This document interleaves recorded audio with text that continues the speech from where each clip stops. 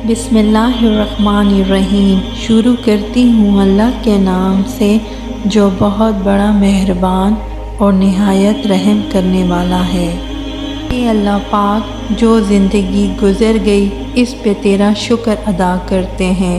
जो ज़िंदगी बाकी रह गई है इस पर तेरी रहमत के तलबगार हैं।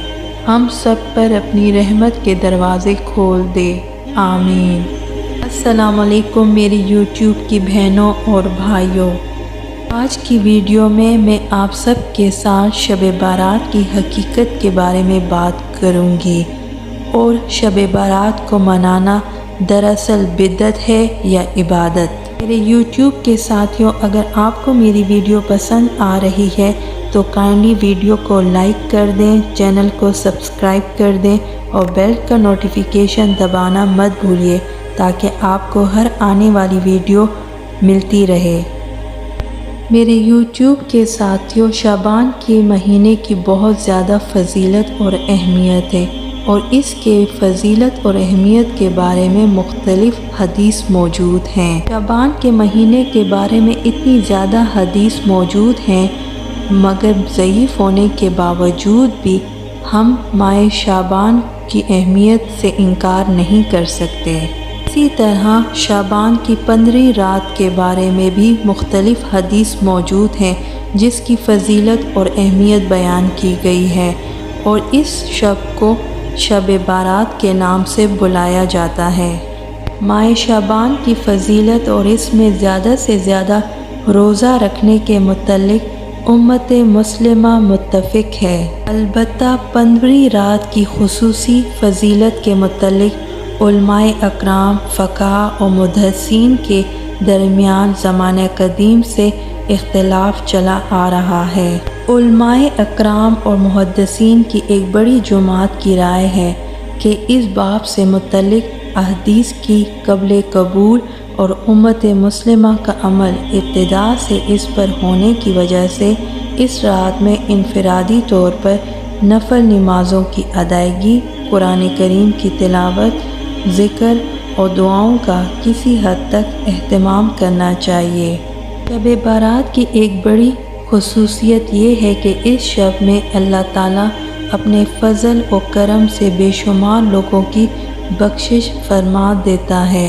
हज़रत आयशा रज़ी अल्लाह ताला अन्हो फरमाती हैं कि एक रात मैंने रसूल करीम सल्लल्लाहु अलैहि वसल्लम को अपने पास न पाया तो मैं आप सल्लम की तलाश में निकली।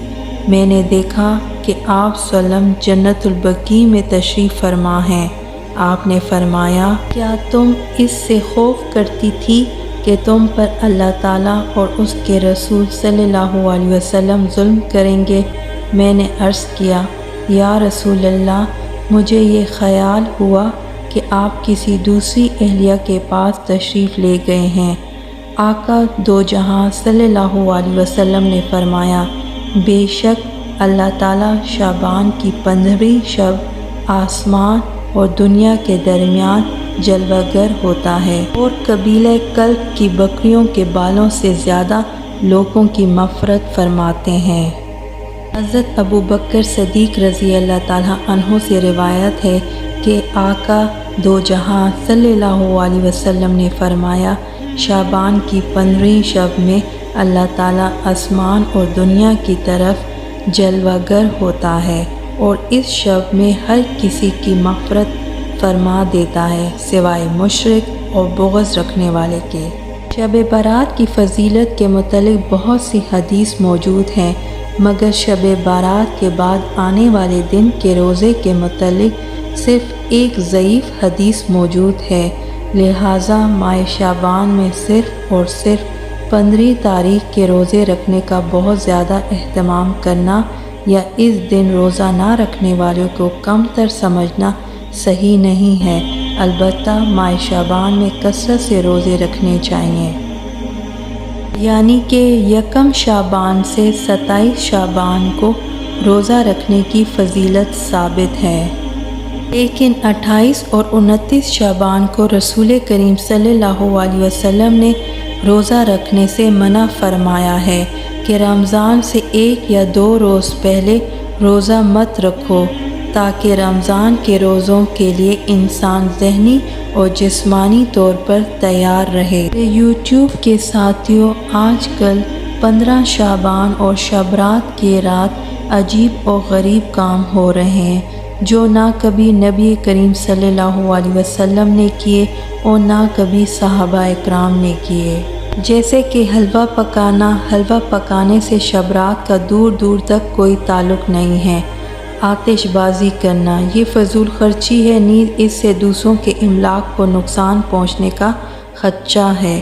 اسی طرح اجتماعی طور پر قبرستان جانا، قبرستان میں عورتوں کا جانا اور قبرستان میں چراغاں کرنا، گھروں اور مساجد میں مختلف قسم کی ڈیکوریشن کا اہتمام کرنا، قبروں پہ چادر چڑھانا، یہ تمام چیزیں اسلام اور حدیث سے بہت دور ہیں اور یہ تمام چیزیں بدعت قرار دی گئی ہیں۔ میرے یوٹیوب کے ساتھیوں، اس رات میں بقدر توفیق انفرادی عبادت کرنی چاہیے، لہٰذا اجتماعی عبادتوں سے جہاں تک ممکن ہو اپنے آپ کو دور رکھیں، کیونکہ نبی کریم صلی اللہ علیہ وسلم سے اس رات میں اجتماعی طور پر کوئی عبادت کرنا ثابت نہیں ہے۔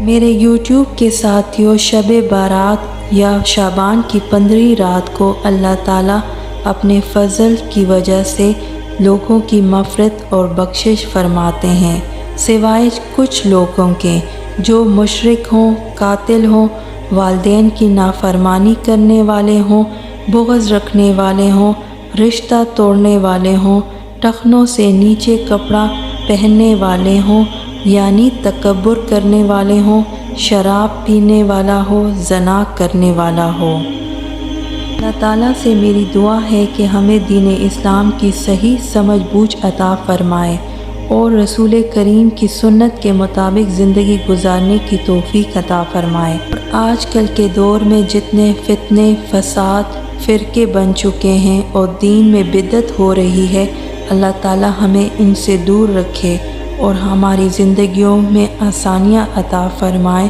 اور مشکلات کو دور فرمائے۔ آمین۔